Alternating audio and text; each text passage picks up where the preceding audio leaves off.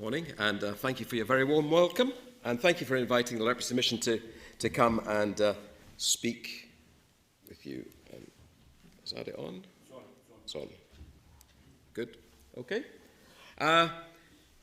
So that's our big vision. Leprosy defeated, lives transformed. That's what we want to do, and we want to do it. We want to defeat leprosy by 2035. So we've got 14 years to do it. It's a big ask, a big task, but we're up for it. In God's good grace and good time, we'll be able to achieve that vision. Oops. I think I must have switched it off. That's it. So, we're Leprosy Mission Scotland. Leprosy is largely found in the green and orange bits of the world, mainly in Asia and Africa. You do get some in South America, and in fact you do get some in the southern states of the USA. Predominantly it's found in India, the subcontinent, India, Nepal, Bangladesh. They're the big incidences of leprosy today. The orange countries are where Leprosy Mission Scotland works and supports work. We don't actually go out from Scotland to do the work. We collect funds to enable the work. So we work with our partners in all of those countries. This is a typical question or comment that I get when I go around speaking. Leprosy is a thing of the past. Well, it isn't. It is here today. And by the time we've finished this service, 30 people will have been told, you've got leprosy. So every 2 minutes, somebody, mainly in those African and Asian countries, will be told, today, you've got leprosy. So it's very much with us today. It's been around for 3,500, 4,000 years, who knows? So for this lady, Nagamal, leprosy is not a thing of the past. And our aim, our determination, is to eradicate leprosy one person at a time. Why do we say one person at a time? Well, that kind of brings me to two questions. Why do we have such a big vision? And what motivates us? The Leprosy Mission is a Christ-centered mission. Our whole being, our whole beginning, our whole purpose is to follow the Lord Jesus and bring healing and help and restoration and recovery where we can and to whoever we can. We don't matter who comes. If they need help, we will give it.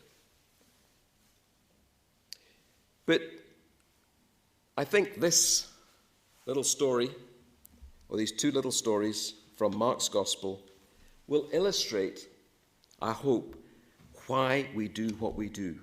Because basically, we're just doing what Jesus did. We're carrying on the work that Jesus started. So let me read this for you, or with you. It's Mark chapter 1, if you want to look it up yourself. And then we're going to Mark chapter 14. So a man with leprosy came to him and begged him on his knees, if you are willing, you can make me clean. Jesus was indignant. He reached out his hand and touched the man. I am willing, he said, be clean. Immediately, the leprosy left him and he was cleansed. And in Mark 14, there's just this line at the beginning of the chapter. While he, that's Jesus, was in Bethany, we're coming towards Jerusalem, we're coming towards Palm Sunday, reclining at the table in the home of Simon the leper. Now, we try not to use the word leper anymore. We have a campaign called Stop the L Word, which is basically that. However, it's kind of difficult when it's there in the Bible just to ignore it, but it's there. So let's have a look at this passage a bit and see how that helps us understand what we are about.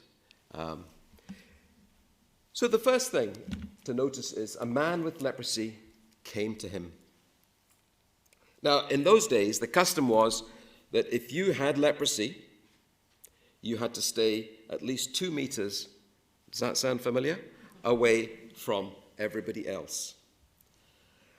However, if the person with leprosy was upwind of you, the person with leprosy had to move 150 feet away, because the thought was that the wind would carry the disease and contaminate whoever was downwind of the person with leprosy. And in those days, they had to indicate that they had leprosy. And you will have heard the shout, the unclean, unclean. They had to tear their clothes. And for a person with leprosy to approach Jesus, to approach anyone, was just breaking all the taboos of the society at that time. They were in fact described by the scribes and Pharisees as the walking dead, because basically they had no place in society. They were outcast. They had no rights, and they survived on alms. So that's the first thing to notice. And then notice Jesus' reaction. So this man comes to Jesus, and Jesus was indignant. Now that's the NIV version.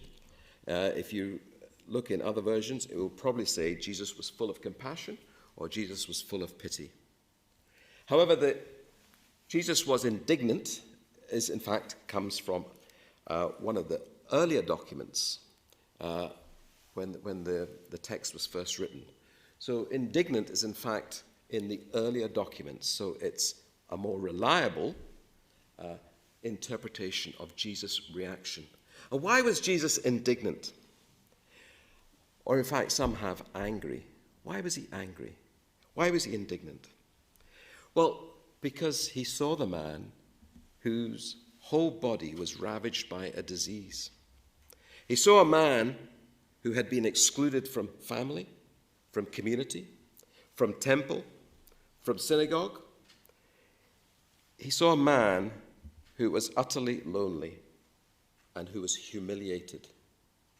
I mean, imagine being described as the walking dead. He was so far out of society that people just didn't want to know anything about him. So you can fully understand why Jesus was indignant. Jesus, who came to save the least, the last, and the lost, standing in front of him. You can see why Jesus was angry, righteously angry, why Jesus was indignant, because of the way this person was treated. But if we go with the compassion interpretation, what compassion means is you have a churning of your stomach.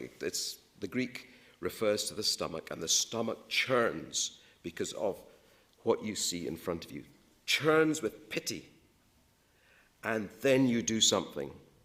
Compassion always contains the idea of responding to a person in need, but not just with words, not just with feeling, but with action, with doing something. So I think we can have both interpretations there. Jesus can be indignant about the way this man's treated, but he's also compassionate in what he then does, how he responds to the man. And here's what Jesus does. He reaches out his hand and touches the man. Now that in those days was an utterly extraordinary act. And in fact, less than a few hundred years ago, last century before, that was an incredible act, to touch somebody who had been affected by leprosy. And in the eyes of those who were around this scene, that would have meant Jesus was defiling himself. Jesus was putting himself out of being able to attend the synagogue.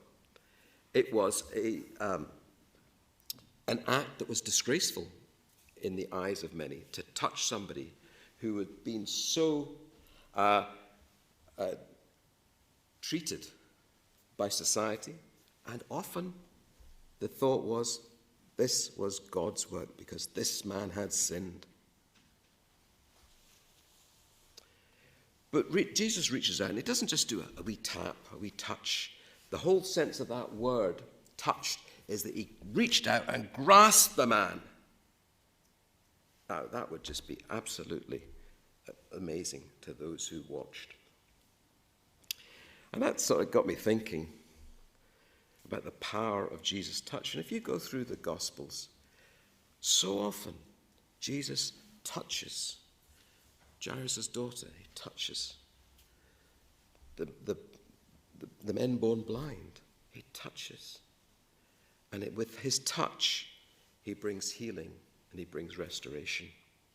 I suppose it makes you think, who needs our touch today? Who's isolated in our community?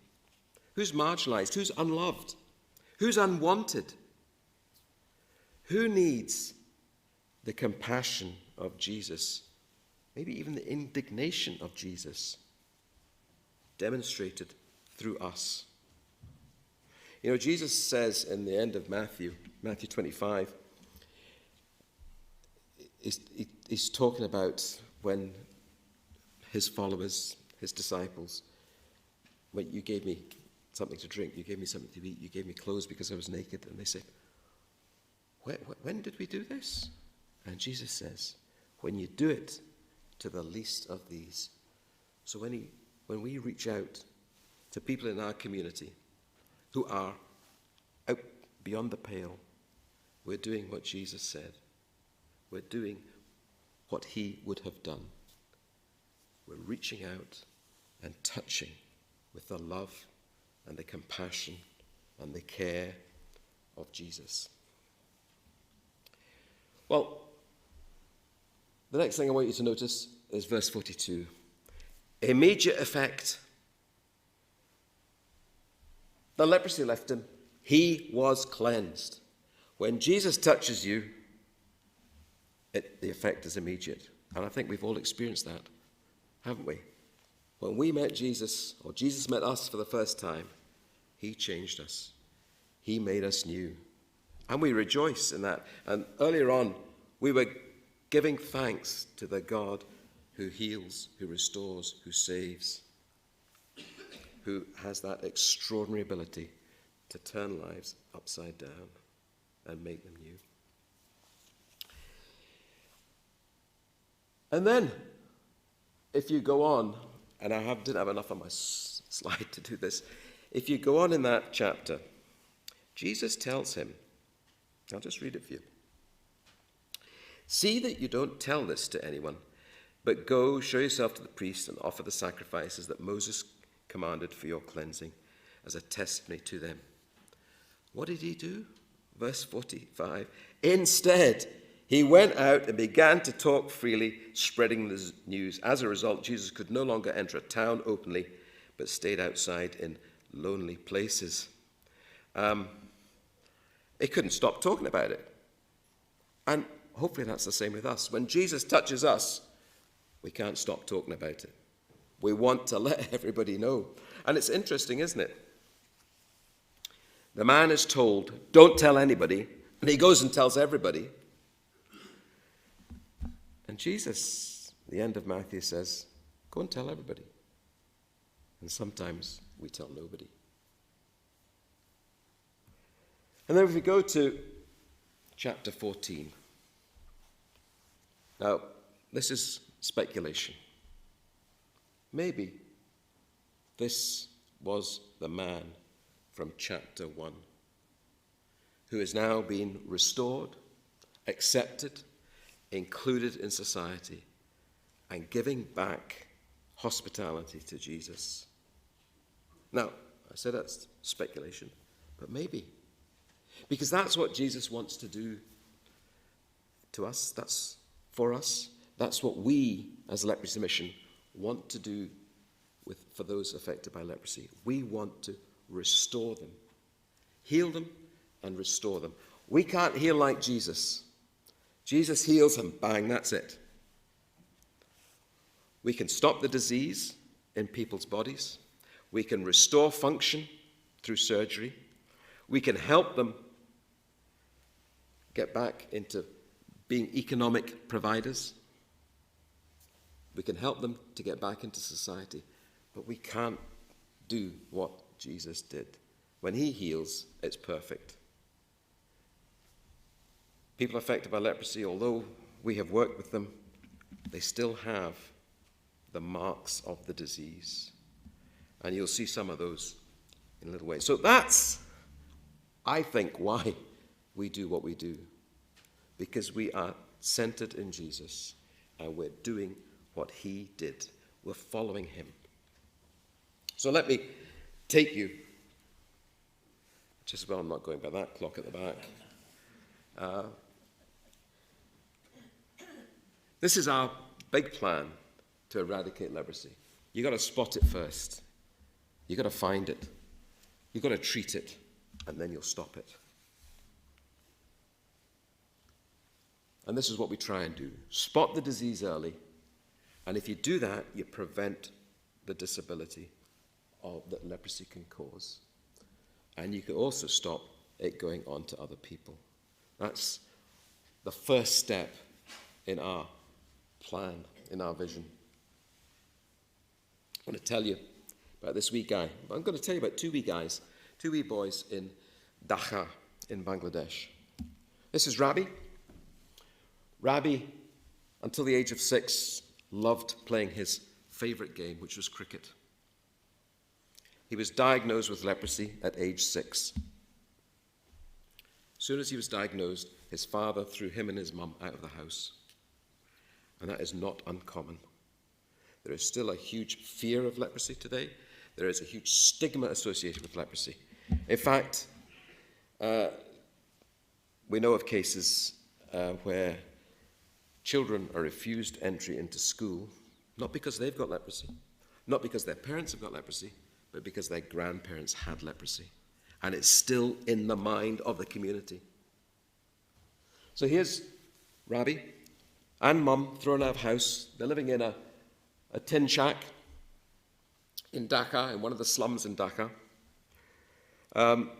Diagnosed with leprosy at age 6. And it took so long to diagnose because the signs were already there that he's now got some of the classic signs of leprosy. His fingers are clawing. His face, he can't smile because leprosy affects the peripheral nerves. So he can't blink. And if you can't blink, you can't protect your eyes. So at age 6, he's got a life sentence. We've given him the treatment, the drugs, the multi-drug therapy, and eventually we'll give him surgery that will hopefully allow his fingers to move again and then be able to blink and perhaps even smile. But until then, he can't play cricket because he can't hold a bat, can't hold a ball. He can't feed himself. His mum has to do that. And he can't go to school because he can't hold a pencil. And if he can't hold a pencil in Dhaka there, in the school, local school, sorry, no entry. So here's a wee boy who's been hit hard because of a disease that if we'd spotted it earlier, none of that would have happened.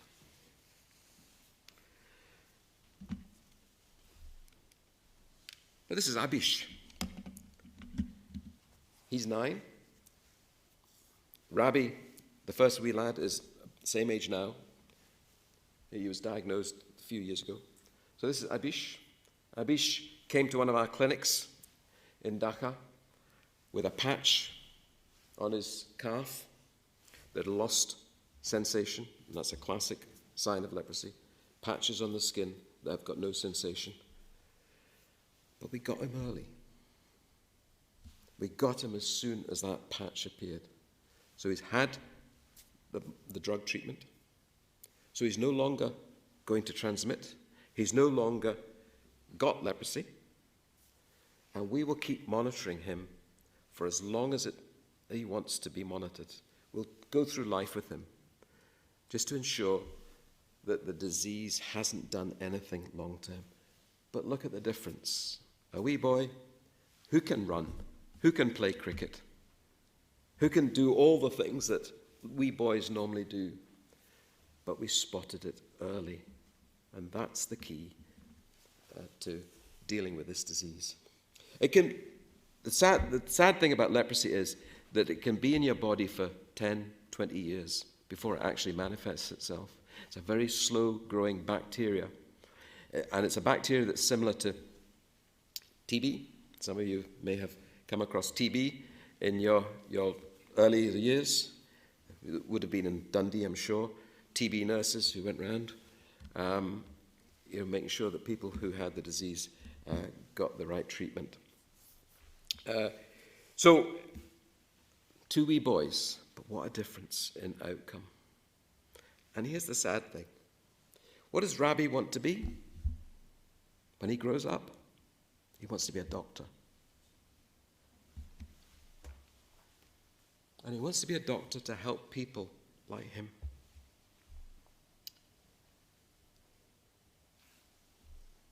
We want to treat it fast.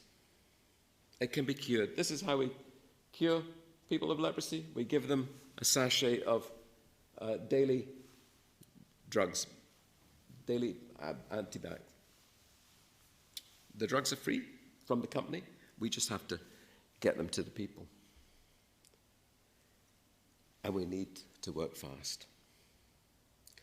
But it's not just about getting drugs to people, because usually when we give people the drugs, there are other signs that leprosy has started to cause deterioration. So we give them a whole self-care package. We teach them how to wash themselves. We teach them how to oil their skin, because leprosy dries the skin out. We teach them good foot hygiene, because they need to wash their feet. The whole thing about leprosy is you lose sensation in your feet, in your hands, your face. So in a lot of the countries we work in, people don't wear shoes. So they walk along, cut themselves on a piece of glass or a thorn, don't notice it, don't feel it, and end up with a huge ulcer. So we will give people who come to us help with looking after themselves, how to cook.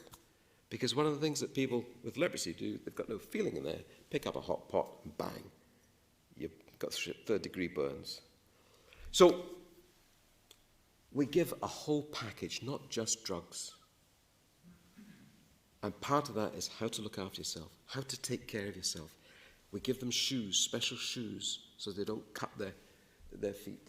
And we will do whatever we can to help somebody with leprosy. So here's a young man, he's 30s, called Ramu. He's a professional musician, and he plays that. And if anybody knows what that is, shout it out. Pardon me? No. You're close. It is a stringed instrument. It's called a sarangi, and it's a Nepali violin. It's played with the violin on the ground. So Ramu is a musician. He's a professional musician. That's how he earns his money, playing and teaching that instrument. In his mid-20s, he was diagnosed with leprosy, but it wasn't treated. He was sent to another hospital where he did get the treatment. And he completed the treatment. And we gave him the package of how to look after yourself. We told him to keep coming back so as we can check. But he didn't. He didn't complete the whole package. He kind of got lazy. He didn't bother coming for the checkups. So now he can't play his instrument. If he can't play his instrument, he can't earn any money. And if he can't earn any money, he can't look after his family. So what can we do for Ramu? Well, we can operate on his fingers. And I've heard of Dr. Paul Brand. He pioneered this technique of taking tendons that come down the arm and splitting it 5 ways and running them to the fingers and the thumb. And with the operation, with physiotherapy, you can restore movement. But you have to teach the brain that it's now the tendons that are doing the work, not the nerves. So there's quite a lot of education going on. So he's had a successful op on his right hand, but that's the bow hand. He's had his thumb done on his left hand.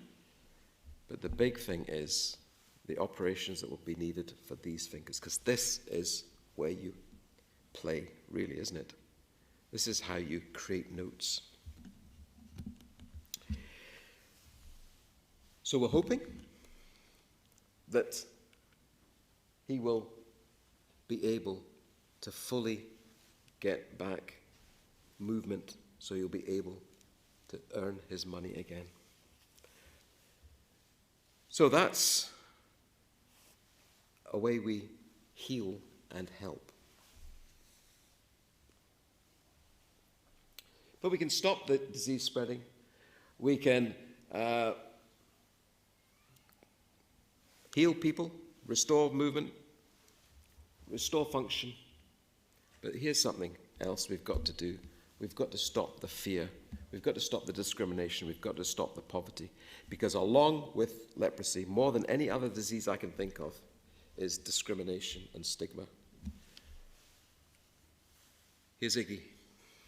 Iggy's from Nigeria. She's 60 years old. She's had leprosy for many, many years. She went round all the local medicine doctors, all the herbal doctors, maybe the witch doctors. Nothing worked. Her hands got worse, and her feet got ulcerated. She started to lose fingers. And at that point, her family said, enough, we're off, and left her destitute and alone. She went to a local church, and the pastor wrote that note. Don't worry, it's in a Nigerian dialect. I'm not asking you to interpret it unless somebody knows it. Basically it says, can you help this lady, please? And he gave her the fare, put her on the bus into the big city nearby. On the bus happened to be somebody who knew about our hospital in Nigeria called Chinchaga. And he directed her to the hospital.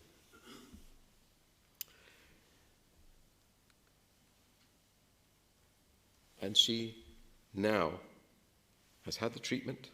We can't do much with the hands, but we're going to care for her until she dies. She's found a place and a people who love her, who care for her in Jesus' name, doing what Jesus did. And she has found also Jesus for herself, and her life has been transformed, been renewed.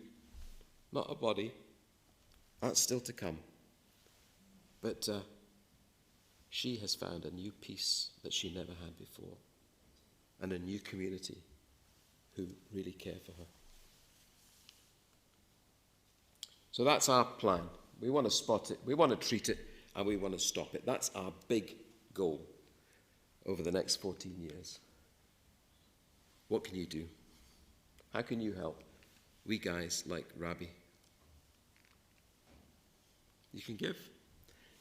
Blue tubs out the back there. I'm sure many of you had them before. you can do any one of these things if you want. You can fundraise. You're doing that today with your Cook Up a Curry. And we're very grateful for that. I think this is the first Cook Up a Curry happening in Scotland. Well done, you. You can get people along to talk. You can pray. Prayer is so important. This is our prayer diary for the year, and it covers all the leprosy missions worldwide. Pray as a church. Pray personally. Get the diary.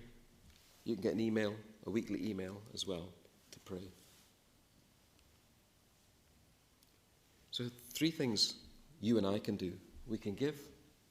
We can do something like you're doing for lunch. And you can pray. And this is a challenge to us all. Will you eradicate leprosy? Will you make it a thing of the past? And basically, will you get on board finishing what Jesus started? Now, could you start that video? There's a video about this. Is a story, a true story, that just, I hope, summarizes all that I've done. Friday. My name is Friday. I grew up in a loving family in a small village in Nigeria.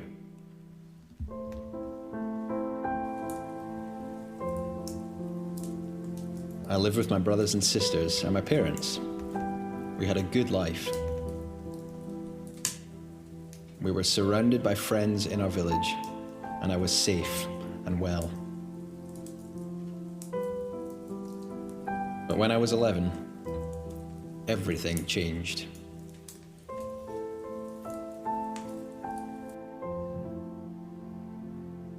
At first, I noticed a numb patch on my foot. It got worse, and in the end, I had no feeling in my foot at all. My friends began to notice when we were playing. Finally, my mum took me to the Leprosy Mission's Chanchaga hospital. There, I was diagnosed with leprosy. When we arrived home, my father would not let me in our house. He said I couldn't be part of my family anymore, and I could not live with them. I was forced to leave. They thought I was cursed, unclean. They were afraid. My mum took me back to the hospital at Chanchaga and left me there. I was 11 years old. I was alone. It was a very dark time for me. But I am grateful that this was not the end of my story. At the hospital in Chanchaga, a light began to dawn. The medical team at Chanchaga Hospital greeted me with kindness. They gave me medicine to cure me of leprosy so it couldn't damage my body anymore. A nurse called Mary took me into her home. I finally felt safe again. Now I have nearly completed my education. I just have 1 more year to go. I want to go to university and become a teacher. If it wasn't for the leprosy mission, I know I would have died. I had nowhere else to go. I owe them my life. They loved me when I had been completely rejected. They gave me back my life. With your help, the Leprosy Mission can work with communities like mine to help them understand that leprosy is not a curse. It is not something to be feared. Sometimes I imagine what life would be like if my parents had not rejected me. You can make sure another child does not suffer the way I did. Your kindness can keep a family together and make sure every child affected by leprosy feels safe in their own home. You can help end the stigma. Please donate today.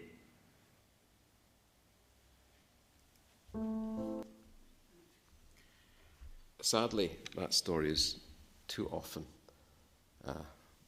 happening all around the world. We don't want that to happen. We don't want that to continue to happen. So that's why, in Jesus' name, we do what we do.